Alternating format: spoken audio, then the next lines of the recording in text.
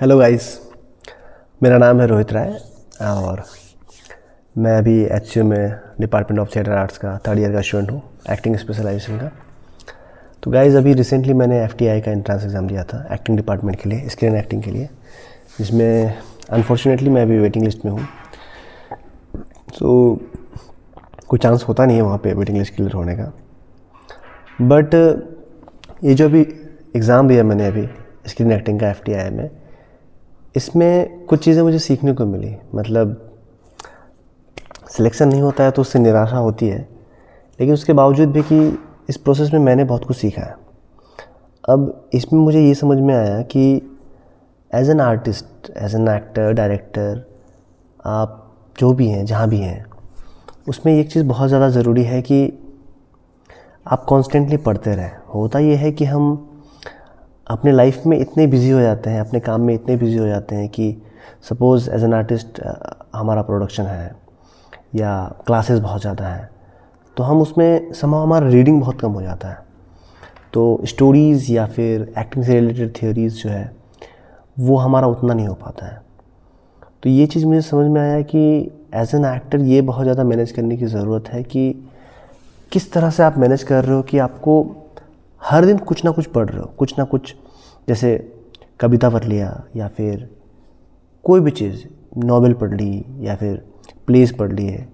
तो ये ज़्यादा पढ़ने पे फोकस करने की ज़्यादा बहुत ज़रूरी है, क्योंकि पढ़ने से क्या होता है कि हमारा जो इमेजिनेशन है वो बहुत ज़्यादा ब्रॉडन होता है और हमारी थिंकिंग कैपेबिलिटी, इंटेलेक्ट बहुत ज़्यादा ब्रॉडन होता है। तो इसलिए मेरा ये एक्सपीरियंस रहा इस बार कि जितना ज़्यादा as an actor, as an artist हम पढ़ेंगे, हमारी इमेजिनेशन उतनी ज़्यादा बड़ी होगी। तो एक चीज़ तो ये है कि इमेजिनेशन के लिए पढ़ना बहुत ज़्यादा ज़रूरी है। अदर चीज़ें ये है कि किसी भी चीज़ को, मतलब जैसे अगर फिल्में देखते हैं हम, तो फिल्मों को सिर्फ ऐसे नहीं देखना चाहिए, नॉर्मली देख लिया, ये नहीं है। फिल्मों के बारे में हम कितना ज़्यादा जानते हैं, मतलब अगर फिल्में बनी हैं तो उसका फिल्म मेकिंग का प्रोसेस कैसा रहा है, उसके डायरेक्टर कौन है, उसके एक्टर कौन है, किस कहानी पे वो बेस्ड है। तो ये सारा देखना बहुत ज़्यादा ज़रूरी है। जैसे कि मुझे इंटरव्यू में पूछ लिया कि आपका फेवरेट एक्टर कौन है, तो मैंने बोला कि मेरा फेवरेट एक्टर शाहरुख खान है। तो उस पर बहुत ज़्यादा बातें हुई। फिर उसमें एक सवाल आया कि अच्छा, उसकी जो पहली मूवी है, तो पहली मूवी को किसने बनाया, ये तो नहीं पूछा। उसने पूछा कि किस स्टोरी पे बेस्ड है। तो उस मोमेंट पे मुझे याद नहीं आ रहा था कि ये किस चीज़ पे, किस स्टोरी पे बेस्ड है, क्योंकि मुझे एक अजय कुमार है, मायरी में कहाँ से कहूँ, उनका एक प्ले है इसी स्टोरी के बेस्ड पे। तो मुझे वो याद आ रहा था, स्टोरी का नाम याद नहीं आ रहा था। मुझे बस इतना याद था कि इसे किसने लिखा है। इसे विजयदान देथा ने लिखा है, राजस्थान के राइटर हैं, और इस स्टोरी का नाम है दुविधा। तो मुझे ये भी समझ में आया कि ये जानना बहुत ज़्यादा ज़रूरी है कि अगर आप किसी भी फिल्म को देख रहे हो तो उसका प्रोसेस क्या है, कौन सी स्टोरी पे बेस्ड है, कौन सा डायरेक्टर है, कौन से एक्टर्स हैं। तो जब हम एक्टिंग को एज एन इंस्टीट्यूशन में सोच के देखते हैं, एकेडमिक वे में सोच के देखते हैं, तो फिल्म मेकिंग का ये एस्पेक्ट भी जानना बहुत ज़्यादा ज़रूरी है कि किसी भी चीज़ को, किसी भी प्रोडक्ट को, किसी भी एक आर्ट को बनाने में कितने लोगों का योगदान है, उसके पीछे कितने आर्टिस्ट हैं, कौन सा राइटर है, कौन सा डायरेक्टर है, ये सब कुछ जानना बहुत ज़्यादा ज़रूरी है। और इस प्रोसेस मुझे ये भी ज़्यादा समझ में आया कि आप ख़ुद को कितना ज़्यादा जानते हो।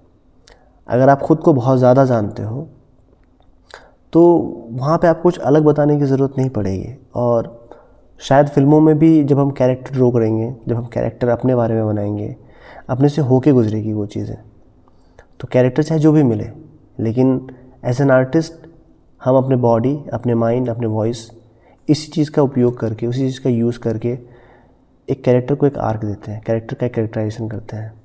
तो ख़ुद के बारे में भी जानना बहुत ज़्यादा ज़रूरी है। बाकी बात, हाँ, ओवरऑल एक्सपीरियंस बहुत अच्छा था। मेरा ऑडिशन बहुत अच्छा गया था। वहाँ पे एक इम्प्रॉम्प्टू एक्सरसाइज हुआ था। इम्प्रॉम्प्टू एक्सरसाइज में एक चिट दी गई थी और चिट में ये था कि एक चिट में जो ऑब्जेक्ट निकलेगा आपको उस ऑब्जेक्ट को इनेक्ट करना है एज ए ह्यूमन बीइंग बन करके।